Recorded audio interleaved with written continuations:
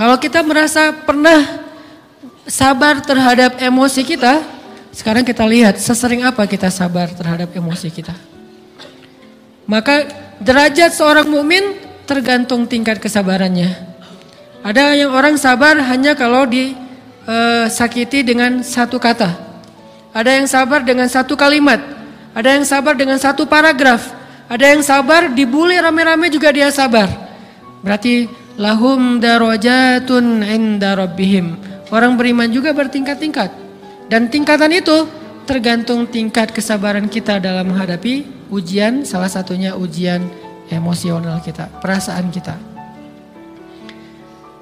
Sehingga teman-teman yang dirahmati Allah SWT, salah satu program kita untuk terus mengembangkan diri, program untuk tumbuh, program untuk memperbaiki diri kita di hadapan Allah itu adalah coba kita program dalam sehari aja, terus kita nilai berapa kali kita berhasil ngelewatin ujian emosional.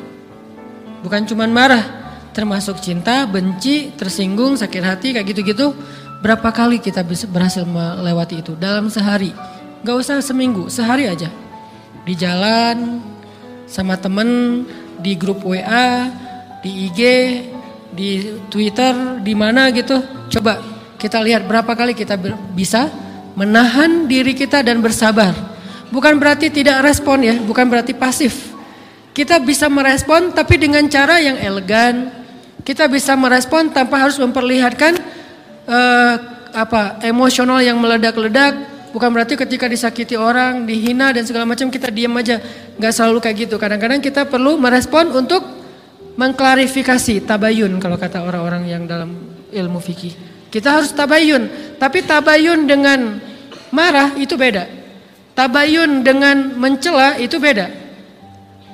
Sehingga kita mencoba menahan diri berpikir, aduh capek kalau gitu. Tapi kan ini bagian dari pembelajaran. Makin terbiasa kayak gitu, terbiasa elegan, maka otomatis jadi nggak terlalu repot lagi. Kan awal-awal bersikap pengen yang bijaksana, yang elegan, yang dewasa, itu kan kadang-kadang harus diusahain ya. Karena belum mengkarakter. Harus mikir dulu gimana ya sikap yang paling dewasa, gimana ya sikap yang paling bijaksana, gimana ya sikap yang paling wise, gimana ya sikap yang paling elegan, masih mikir.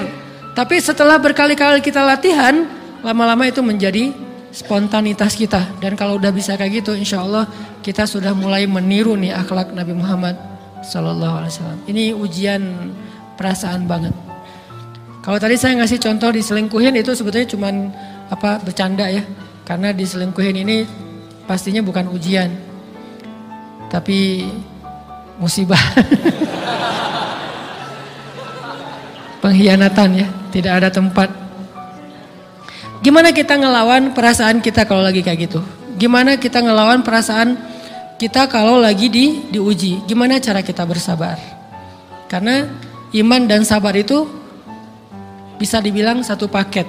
Gak disebut orang beriman kalau gak sabar. Dan insya Allah orang yang sabar itu adalah ciri-ciri orang beriman. Gak mungkin disebut orang beriman kalau gak sabar. Kita pikir memang iman itu hanya ucapan. Kalau iman itu cuma ucapan, inna sholati wa nusuki wa mahyaya wa mamati lillahi rabbil alamin, gampang. Kalau iman itu cuma ucapan, hasbiyallah wa ni'mal wakil, gampang. Kalau iman itu cuma ucapan, la haula wa la quwata illa billah, gampang. Kalau iman itu cuma ucapan iyyaka na'budu wa iyyaka nasta'in, gampang. Tapi Allah mengatakan wa ma hum bimu'minin. Ahasiban nasu ayyutraku ayyaqulu amanna wa hum la yuftanun. Emangnya cukup dengan hanya mengatakan kami telah beriman lalu tidak diuji? Ternyata iman adalah sabar dalam ujian. Jadi nggak mungkin orang disebut beriman sementara dia tidak sabar, sementara dia emosional, sementara dia temperamen, sementara dia orangnya meledak-ledak, sementara dia orangnya mengeluh, sementara dia orangnya berputus asa. Nggak mungkin. Karena ulama mengatakan la tayasu, jangan berputus asa. Fa innal ya's laisa min akhlaqil muslim atau mu'min. Karena sesungguhnya keputusasaan bukan di antara akhlak orang yang beriman. Orang yang beriman itu tidak pernah berputus asa. Serumit apapun masalah kita, kalau kita punya yakin sama Allah bahwa Allah ala kulli syai'in qadir, maka kita pasti akan punya harapan. Kalau kita yakin bahwa Allahu Akbar, sebesar apapun masalah kita, Allah lebih besar daripada masalah kita kan? Bukankah kita mendengar Allahu Akbar, Allahu Akbar. Ada gitu yang lebih besar daripada Allah?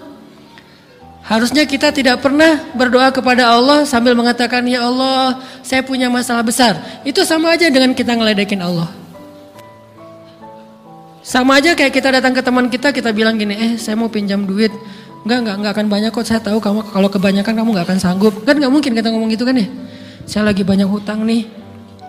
Saya mau minta tolong sama kamu. Insya Allah saya gak akan minta seutuhnya. Saya tahu kamu juga kurang duitnya.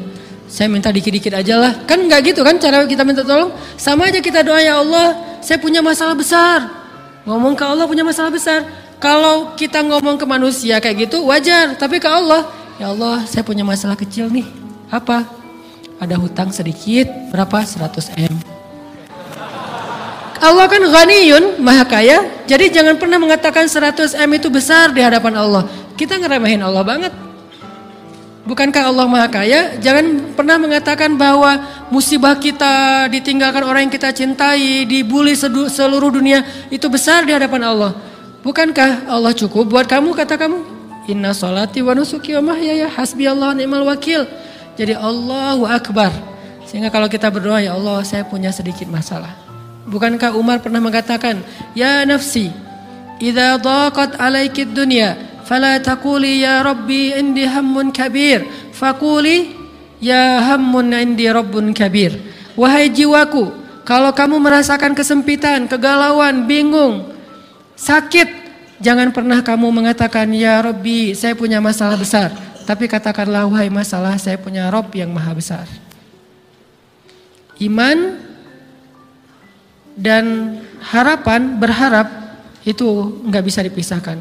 Iman dan sabar itu nggak bisa dipisahkan. Iman dan berserah diri atau menyerahkan urusannya, tawakul atau kita nyebutnya tawakal, nggak bisa dipisahkan.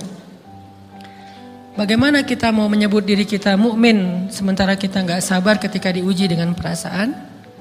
Alhamdulillah kalau kita selama ini masih bersabar dengan ujian fisik.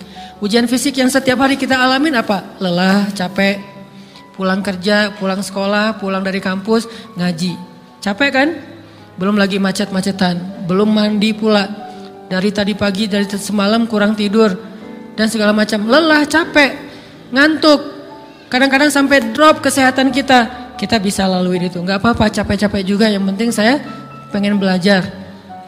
Jalan nih jauh-jauh, ada yang dari Sumedang, ada yang dari Lembang, ada yang dari Banjaran, dari mana-mana datang pengen ngaji.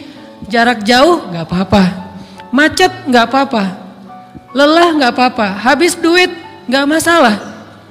Tapi sampai di sini kesenggol dikit aja sama teman kita, dalam ucapan mungkin, dalam ekspresi kadang-kadang kita senyumin gak dibalas senyum, atau mungkin hal-hal sepele. Itu bikin seolah-olah amal kita yang udah habis-habisan tadi jadi berkurang sampai habis pahalanya. Ujian perasaan. Kadang-kadang datang ke sini nggak ada rasa tidak nyaman sedikit mungkin dengan teman kita atau dengan orang yang di sebelah kita, akhirnya kita merasa tersinggung, akhirnya kayak jadi berlebih-lebihan.